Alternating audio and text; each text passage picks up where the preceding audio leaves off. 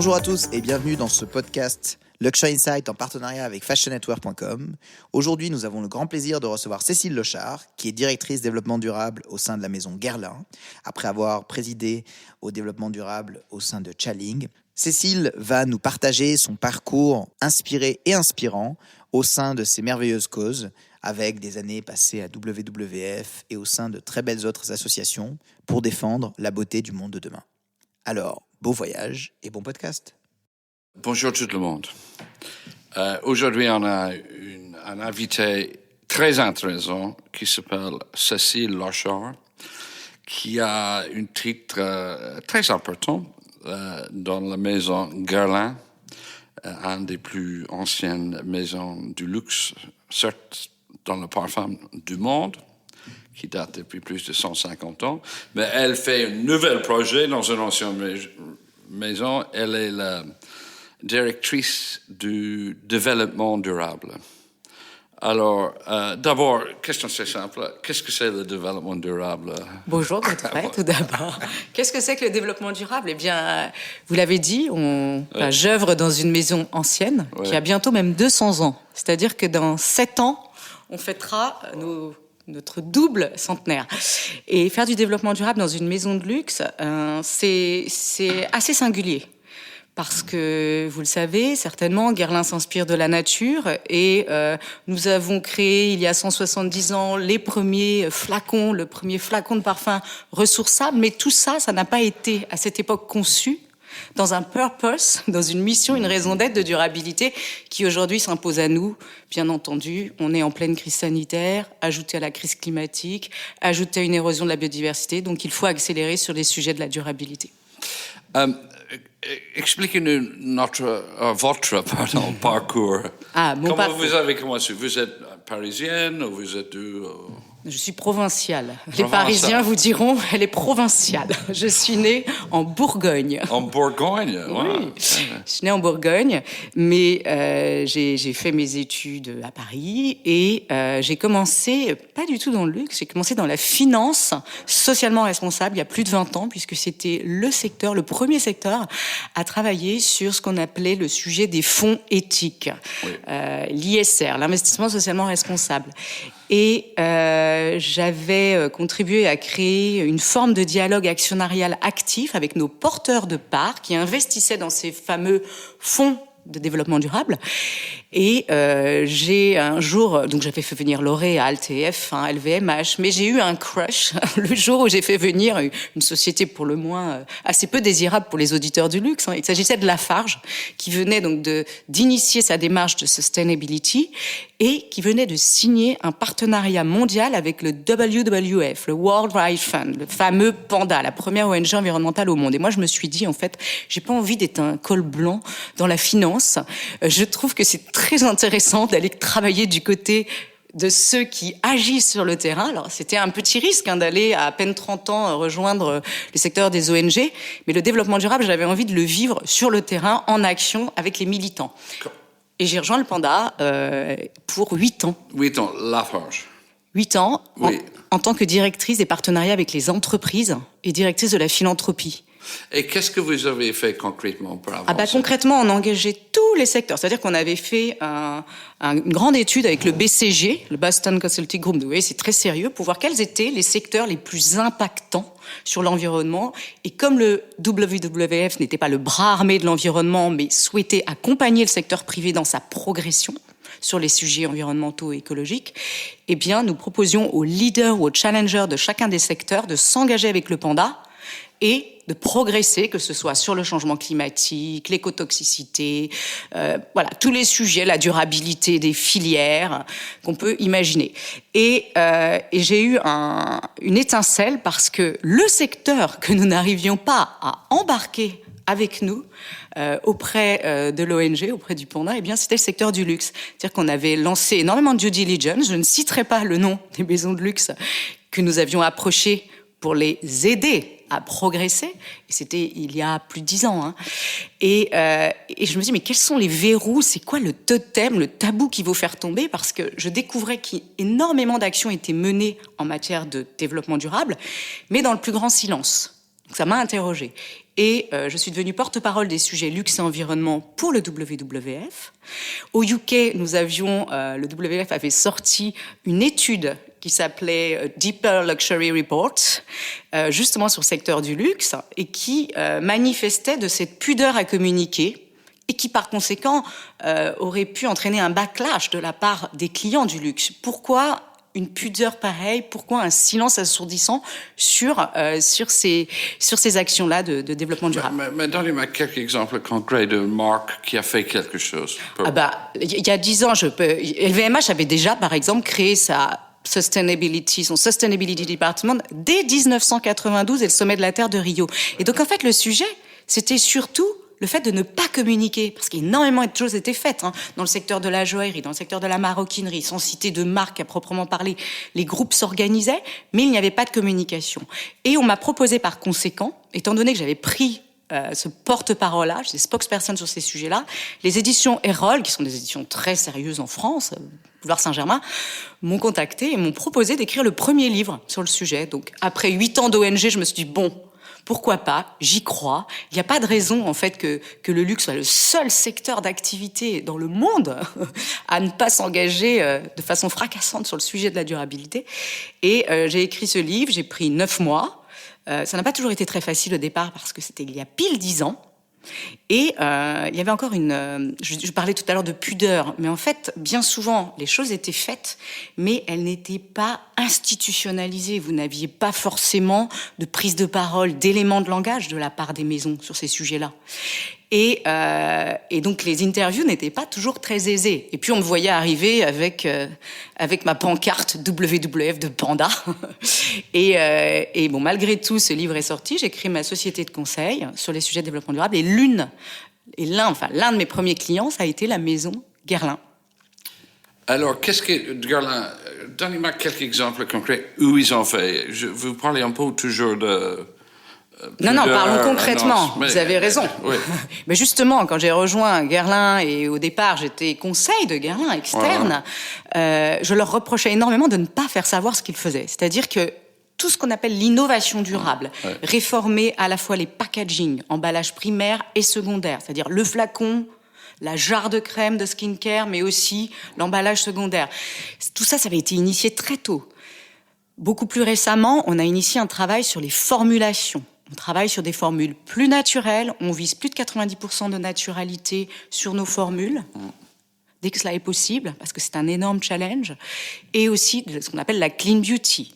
C'est-à-dire faire la transition vers des ingrédients aujourd'hui qui sont acceptés, puisque vous n'êtes pas sans savoir qu'il y a des applications comme Yuka, comme Clean Beauty, qui ont énormément challengé le secteur de la cosmétique en général, le secteur de la cosmétique de luxe, à accélérer sur cette éco-formulation. Et également en toute transparence, parce que le développement durable, et c'est là où le bas a blessé avec le luxe, c'est que le développement durable exige de se dévoiler, de faire part et de découvrir son back-office. Le back-office de ses créations. Or, le secret a souvent été le fondement du secteur. Mais la base de toutes ces marques de luxe en France, de Chanel, de Number 5, ou de toutes les autres, Eau Sauvage de Dior, de Guerlain, le grand classique de Shalimar, Samsar, ils sont basés sur un peu le secret de formule de toutes ces parfums. Et j'imagine la même chose pour le make-up et l'autre parfum de beauté. Comment vous pouvez dévoiler vraiment les choses qui est basée un peu sur un secret par force? C'est une bonne question, Godefroy, parce qu'en réalité, c'est le véritable challenge. C'est-à-dire qu'aujourd'hui, vous avez des générations, alors qu'on les appelle les générations, vous avez les milléniaux, les centennials, etc., qui exigent de savoir où a été sourcé l'ingrédient, où a été parfois même sourcé le packaging, de connaître la composition du produit. Et aujourd'hui, pour être tout à fait sincère, le fameux INCI, la liste, la formule d'un produit, les ingrédients qui sont présents dans un produit, vous y avez accès. Si vous êtes curieux, vous l'avez sur le packaging. Vous n'avez pas forcément les proportions. Ça, c'est dévoilé. Vous demandez à un parfumeur de dévoiler ce qu'on appelle son concentré, sa communelle, vous allez avoir quelques problèmes. Mais le développement durable exige de nos maisons, qu'elles se dévoilent beaucoup plus. Et c'est pour moi une véritable révolution. bien entendu. Et je peux en témoigner personnellement, parce qu'il y a 10 ans, venir adresser ces sujets, venir interroger les personnalités du luxe sur la durabilité, sur la transparence, sur la traçabilité, c'était une gageure, c'était difficile. Dorénavant, et on peut faire remonter ça notamment à la post-COP 21 en France en 2015. Il y a eu, avec l'accélération sur les trajectoires climatiques, notamment des entreprises et des maisons de luxe aussi en particulier, une accélération sur le développement durable en général. Et quand on travaille sur sa trajectoire climat, on travaille aussi forcément sur ce qu'on met sur le marché. C'est pour ça que le pilier innovation durable dans ces maisons, et puisqu'on l'appelle comme ça chez Guerlain, il est fondamental. Ensuite, il y a un autre enjeu, c'est la préservation de la biodiversité. Et ça, c'est aussi très singulier au secteur du luxe, parce qu'on le dit souvent, sans biodiversité, pas de luxe. Du côté du luxe en général, sans grape wine, enfin sans vigne, il n'y a pas d'alcool. Sans plante à parfum, il n'y a pas de parfum. Donnez-moi un exemple concret où... Par exemple, préserver la biodiversité. Oui. Chez Guerlain, vous savez, on a un emblème, et cet emblème, c'est l'abeille. L'abeille. Depuis 170 ans. Oui. Et l'abeille, Guerlain s'est fait fort d'en faire sa grande cause. C'est-à-dire qu'on la préserve et on la protège. Pourquoi ? Parce que, outre le fait que ce soit notre emblème depuis qu'elle s'est posée sur le flacon du parfum, de la Bee Bottle, le flacon aux abeilles de l'impératrice Eugénie pour son mariage avec Napoléon III, ça a été aussi le miel a été un sourcing pour un approvisionnement pour notre franchise star qui est Abeille Royale, notre soin Abeille Royale. Donc il y a 10 ans, on a screené, on a criblé des miels dans le monde entier, et on est tombé sur ce miel qu'on a choisi, qui est le miel de l'abeille noire d'Ouessant. Et on a découvert l'abeille noire d'Ouessant. De l'île d'Ouessant, qui est au large de la Bretagne, à 18 km des côtes bretonnes, françaises. Et on a découvert ces super pouvoirs à ce miel cicatrisant, mais ça nous a permis de nous intéresser à l'abeille, cette espèce qui était endémique, cette abeille noire, à l'île d'Ouessant. 18 km du continent, ça veut dire que l'abeille, elle ne quitte pas, en fait, son île, et ça lui confère, en fait, à cette abeille endémique d'Ouessant, une pureté. Oui, pureté totale de la race, pas d'hybridation possible avec d'autres abeilles sur le continent, et par conséquent également un miel très pur. Et s'intéresser pour la qualité, pour ses qualités pures, ses bénéfices pour notre ligne de cosmétiques à cette abeille, nous a donné envie d'aller plus loin dans la préservation de cette abeille noire d'Ouessant. Donc on a signé un mécénat, cette espèce. Et ensuite, cette espèce, par capillarité, et depuis 10 ans, on a développé le Guerlain for Bees Conservation Programme, parce que sans abeilles, pas de fleurs, pas de plantes à parfum, pas de miel, pas de Guerlain, tout simplement. Et puis au-delà de ça, soyons très sincères, et là je suis un peu... Je fais une joke, hein, je plaisante, parce qu'en réalité, il n'y a pas de sécurité alimentaire non plus, puisque les abeilles, elles assurent 30% de la pollinisation des espèces végétales, donc elles nous permettent à vous et moi de nous nourrir. Worldwide, la quantité d'abeilles a été en train de tomber. C'est une déplétion totale des colonies. Surtout en Californie, on a vu les chiffres. C'est une catastrophe. Choquante. Hein? Exactement, 30% de déplétion des colonies. Donc ça a été aussi notre devoir de protéger l'abeille. Et je le dis souvent, on a cet emblème pour notre maison, c'est devenu aussi l'emblème depuis plus de 10 ans de l'engagement durable de la maison.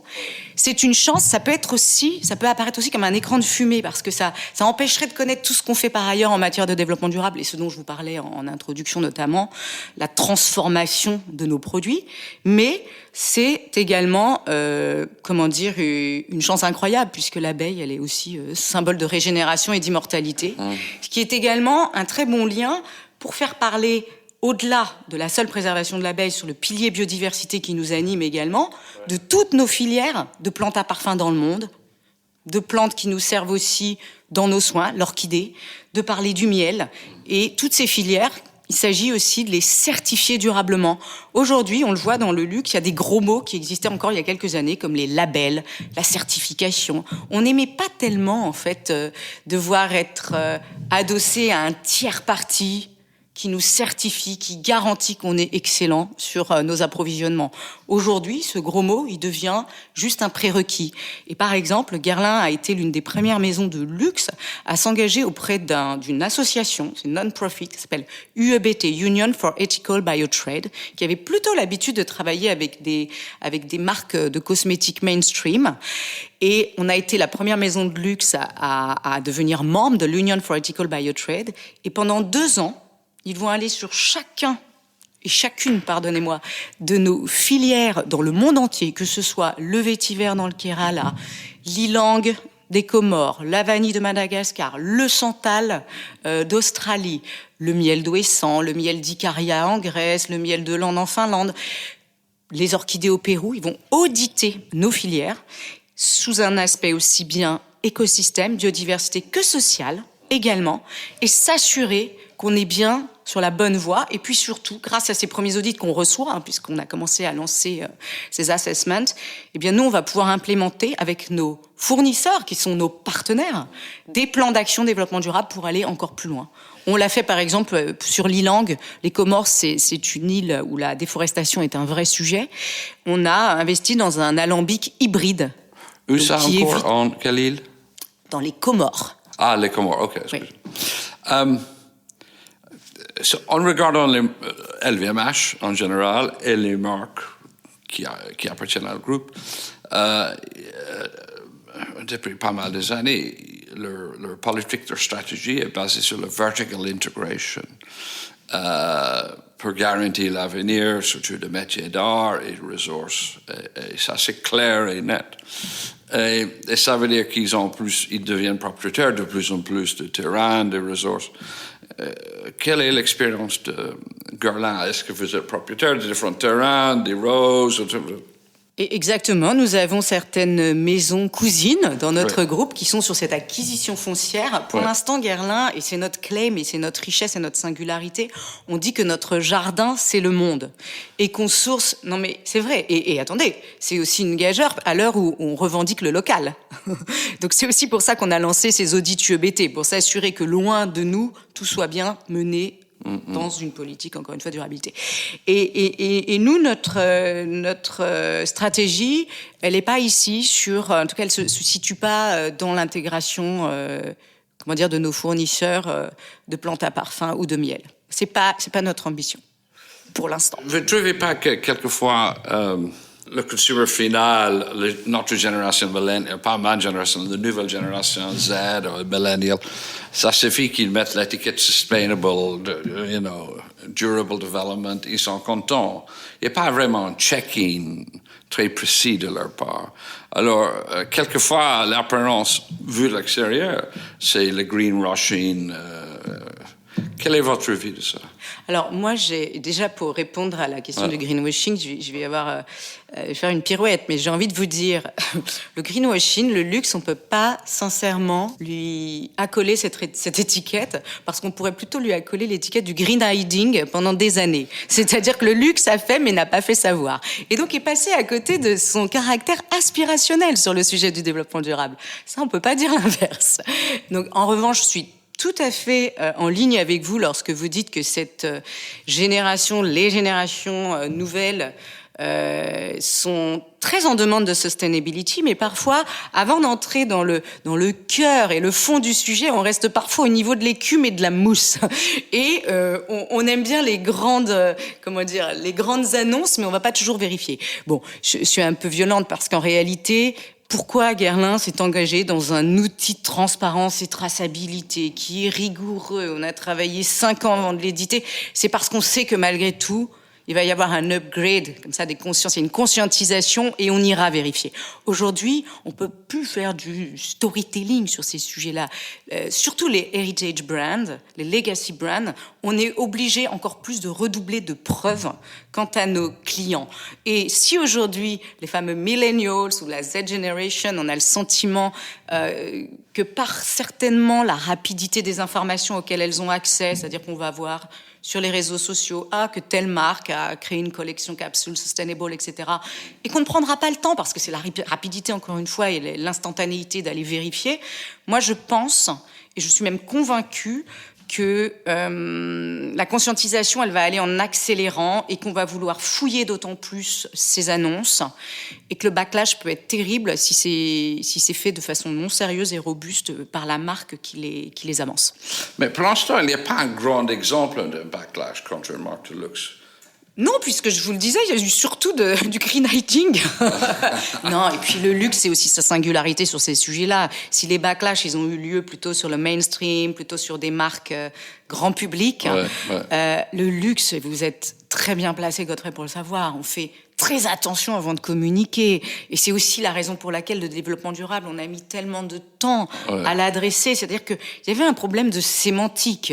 Le luxe, par essence, était durable. Vous mettez sur le marché des produits qui sont là pour durer. Bon, moi, je me fais l'avocat du diable et je dis que c'est sans doute valable dans la joaillerie, c'est sans doute valable dans la haute couture, mais que dans la cosmétique de luxe, à partir du moment où vous mettez un skincare product sur le marché, vous utilisez la formule, vous l'appliquez sur le visage, et ensuite, que devient l'écrin très précieux, très volumineux et parfois très lourd.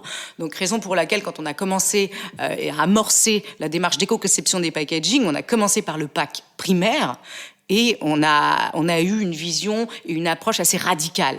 Et on a même eu peur parfois, alors ça vous paraît anecdotique, mais au relancement d'Orchidée Impériale il y a 5 ans, avec un pack allégé au niveau volume de 60%, de poids de 50%, on s'est dit, mais mon Dieu, est-ce que ma cliente va suivre ? Bon, en lui garantissant, bien entendu, qu'elle avait la même quantité de formules, imaginez bien.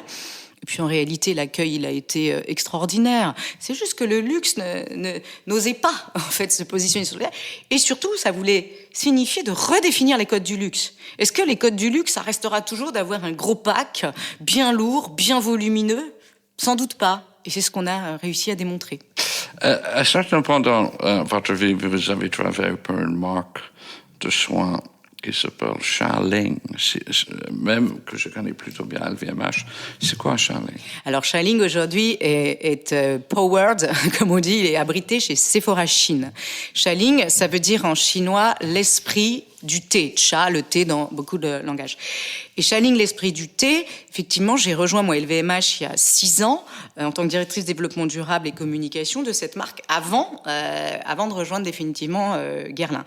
Et Xialing faisait le pari de l'alliance du luxe et du développement durable avec le sourcing d'un ingrédient phare et unique, j'allais dire, presque unique, la colonne vertébrale de cette gamme de soins qui était le thé puer, bien connu des Chinois, du Yunnan, bio, et le Yunnan, c'est le poumon vert de la Chine, donc avec des programmes aussi de préservation qui étaient menés dans le Yunnan, de replantation des théiers, avec une Green Hero, une femme localement Green Hero, Mingoli Margraf.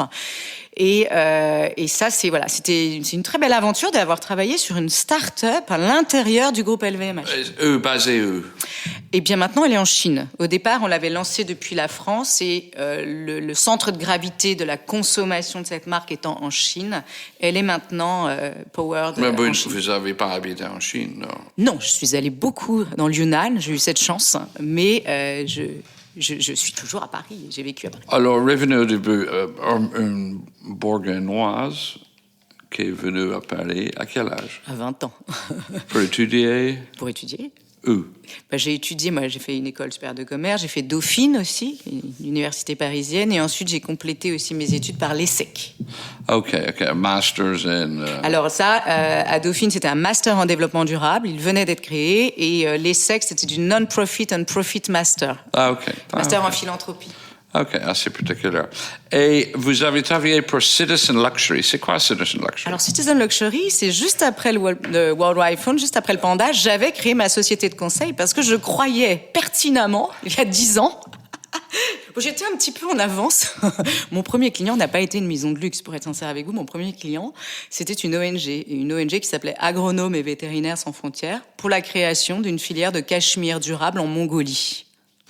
Alors, et quel était le résultat de ce projet ?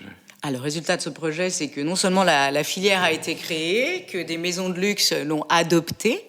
C'était une expérience très riche, puisque c'était très tôt, c'était il y a 10 ans.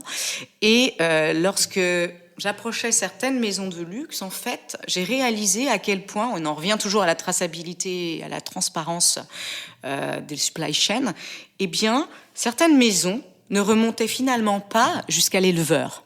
Et quand on interrogeait une maison de luxe, et là en l'occurrence sur de la couture, sur voilà, d'où vient votre cachemire et connaissez-vous les impacts et surtout les enjeux du développement de cette filière. Et les enjeux, quand j'entends enjeux, c'est surtout enjeux développement durable, donc environnementaux et sociaux. Eh bien, on ne pouvait pas forcément me dire la provenance de la fibre. Ça s'arrêtait en Italie, où elle était tissée, travaillée. Mais venait-elle de Chine? Venait-elle de Mongolie? Il y avait un grand point d'interrogation. Ouais. Et on a créé, donc, avec Agronomes Vétérinaires Sans Frontières, la première filière de cachemire durable, une coopérative qui s'engage en Mongolie, avec des éleveurs qui s'engagent à pratiquer les jachères, puisque la problématique de la chèvre... Pratiquer le... Pardon? Vous l'avez dit, l'éleveur en premier de pratiquer... Une coopérative d'éleveurs qui se sont rassemblés dans la région de l'Altaï, dans le Gobi. Oui. Okay. Gobi, à 800 km d'Oulan-Bator au sud. Une région, en fait, qui souffre énormément du dérèglement climatique, parfois des grosses sécheresses et parfois des tempêtes de neige absolument dévastatrices pour les troupeaux.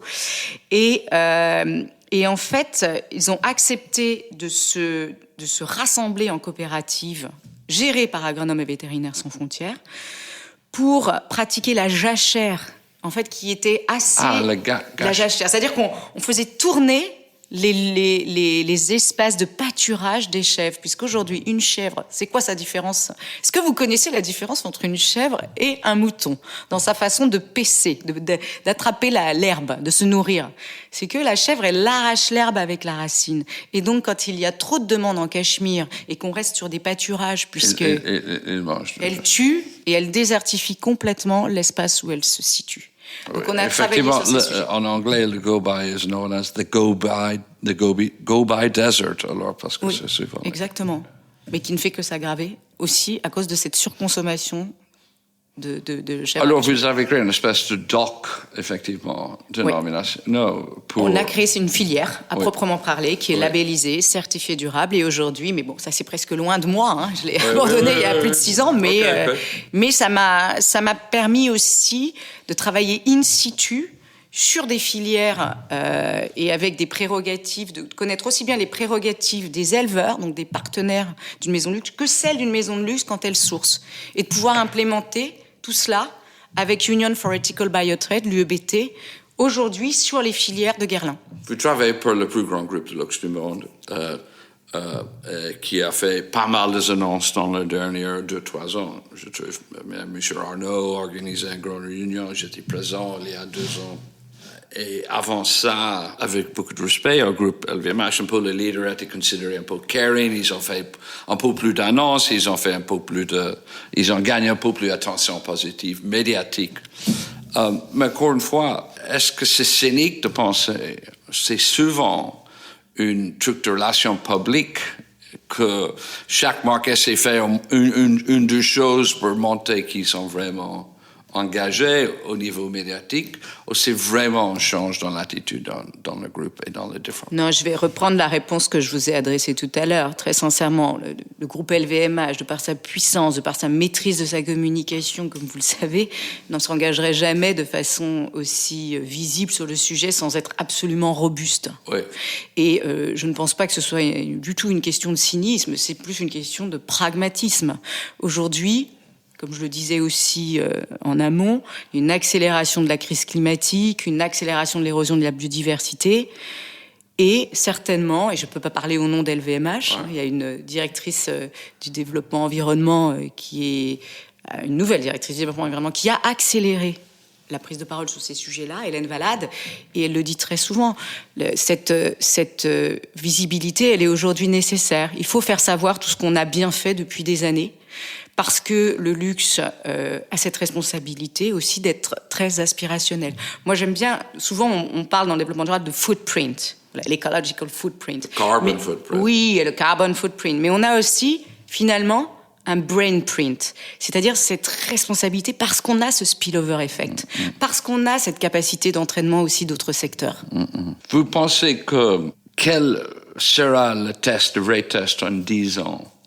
C'est une marque comme Guerlain ou une conglomerate comme LVMH est vraiment devenue durable dans son essence. Quels sont les vrais tests?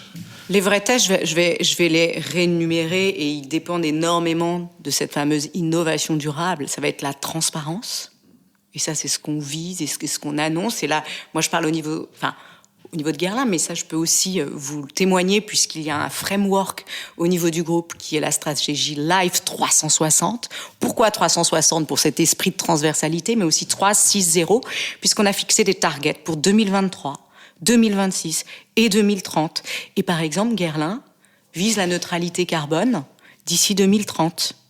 Donc vous voyez, on se fixe des objectifs et on va devoir rendre des comptes. Les produits devront également endorser, devront être la preuve de cet engagement. On va devoir vraiment pouvoir découvrir les engagements de toutes les maisons du groupe et de Guerlain en particulier, de par les produits. Ce ne sont plus, en fait, le développement durable, vous le disiez tout à l'heure, est cynique, est-ce un sujet dans le luxe de PR, hein, c'est ce que c'est. Bien non, ça ne doit pas rester au niveau corporate, ça ne doit pas être un onglet du site internet, c'est le produit qui doit être la preuve de l'engagement, par ses labels, par ce qu'on appelle l'économie circulaire aussi. Et chez LVMH, on a renommé l'économie circulaire la creative circularity, la circularité créative. Et entre maisons, on récupère des ingrédients, des éléments de maison pour les réutiliser dans d'autres maisons. Je ne peux pas encore vous dévoiler des secrets de fabrication qui vont, en tout cas des créations qui vont être sur le marché bientôt, mais c'est également un axe très fort, l'économie circulaire. C'est fini l'économie linéaire. Il y a 5-10 ans, je pense, la mode, pas le parfum de beauté, mais la mode, l'opinion générale mondiale a changé à l'égard parce que tout à coup, c'était considéré l'ennemi, surtout fast fashion. On a vu dans le traitement du cuir en Inde, dans la qualité de comment abîmer, faire user denim, ou dans le hiring practices, dans toute la cuisine en Pakistan, tout ça. Est-ce que vous pensez que le luxe a aussi souffert de cette réputation? Alors, l'effondrement du Rana Plaza, tous les scandales sur la fast fashion qui ont été dévoilés par cet événement, cette catastrophe, effectivement, a bien entendu visé la mode, la fast fashion, mais même si le luxe n'était absolument pas concerné par ces usines et ce sourcing, je pense qu'en revanche, cela a eu un impact en termes d'exigence de cette fameuse transparence. Ah, d'accord, je veux en savoir plus sur la façon dont est fabriqué mon t-shirt que j'achète le prix d'un café. Mais si je m'interroge sur ce t-shirt, je ne suis pas schizophrène, je peux aussi m'interroger finalement sur la provenance de la fibre, de mon costume, de mon pull en cachemire, etc. Et là, il est vrai que c'est imparable. Le luxe connaît quand même. C'est vrai que ce que j'ai cité sur le cachemire, c'était un peu l'inverse, mais en tous les cas, d'une façon générale et à 90%, on a une très grande connaissance bien plus aboutie que la fast fashion sur la façon de remonter les filières. Nous sommes à 2 semaines de la prochaine COP26, je pense. À Glasgow. Oui. Qu'est-ce que vous attendez? Qu'est-ce que vous espérez va sortir de cette grande réunion? C'est une question intéressante parce que, vous voyez, on fait peser encore beaucoup aujourd'hui, et c'est pas encore, on fait peser énormément de responsabilités sur les entreprises. Et en réalité, s'il n'y a pas non plus une gouvernance mondiale sur le sujet climatique, en fait, les efforts seront vains. Donc, j'attends surtout, même si M. Biden nous a rassurés, parce que ça a été comme une énorme inquiétude d'avoir M. Trump qui déniait complètement les accords de Paris. Donc oui, on attend cette fameuse gouvernance climatique et s'aligner toujours sur le 1,5 degré. Okay. Néanmoins, vous travaillez pour un groupe où le PDG, l'actionnaire de référence, a dit à cette grande réunion il y a 1 an et demi, il a dit que Greta Thunberg, Extinction Rebellion, c'était trop négatif, trop pessimistique. Il a parlé de leur théorie de global warming. Vous trouvez pas, je veux pas vous mettre en position de critiquer votre boss, mais ça a complètement réduit un peu, à mon avis, objectivement, la réputation de LVMH d'être sérieux sur le projet de développement durable. C'est votre avis, cher Godfrey. Non, moi, bien sûr que ça a pu en choquer certains, et je peux tout à fait l'entendre. Maintenant, vous avez vu, Antoine Arnauld a pris le sujet à bras-le-corps et endorse complètement le sujet avec authenticité, sincérité, et là où, en réalité, moi, je peux entendre ce que Monsieur Arnauld disait. C'est vrai que souvent, et très souvent, l'écologie, ça a été considéré comme une passion triste. Donc à nous aussi, et c'est ce que je trouve qu'on arrive bien à faire aujourd'hui, à nous de réinventer et de pouvoir dire que le luxe peut aussi réinventer, en fait, la façon dont le développement durable peut s'exprimer par la désirabilité. Ouais. C'est une nouvelle piste, à mon sens, pour le développement durable. La créativité, elle est au centre. L'innovation est au centre. Et c'est ce qu'on peut, et c'est ce qu'on doit démontrer aujourd'hui. Je dois admettre, pendant je dis pas les émeutes, mais les incidents de gilets jaunes, ici à côté, en train de prendre un café avec mes enfants, on était pratiquement agressés par des zadistes qui font alliance avec. Alors, je comprends votre opinion un petit peu sur comme l'écologie, c'est vu comme un élément un peu triste. Pour le final, on a beaucoup de jeunes dans l'audience qui veulent faire une carrière dans le luxe et dans le parfum, beauté, l'art de vie française. Vous l'avez fait un parcours assez particulier. Quel est votre advice pour s'ils veulent suivre une carrière dans cette manière? Alors moi, j'ai plutôt en général des advice pour mener une carrière dans le développement durable que dans le luxe. Parce que vous l'avez dit, moi, j'ai eu un parcours qui n'est pas linéaire sur le sujet. Mais non, mais je vous le dis parce que en réalité, oui, les jeunes sont très attirés par le secteur du luxe. Mais aujourd'hui, si vous imaginiez le nombre de questions que nos ressources humaines, que nos recruteurs, lorsqu'ils recrutent des nouveaux talents, que ce soit au niveau d'ailleurs des stagiaires, que des postes plus confirmés, ont, et on leur adresse un nombre de questions sur le développement durable, sur l'engagement de la maison. Et ça, moi, ça m'enchante. Ça m'enchante et parfois je dis, quand on me dit, mais comment je peux faire du développement durable dans le luxe? Puisque c'est la question qu'on me pose souvent. Et bien je dis, fais déjà bien ton travail parce qu'en réalité aujourd'hui le luxe tu le retrouves, enfin le développement durable pardon tu le retrouves dans chacun des métiers du luxe que tu vas pouvoir faire, que ce soit le marketing quand tu conçois les produits, que ce soit le merchandising quand tu conçois les POS ou les POSM, quand tu travailles sur la supply chain, que ce soit dans le sourcing, en usine, la fabrication de la création en question.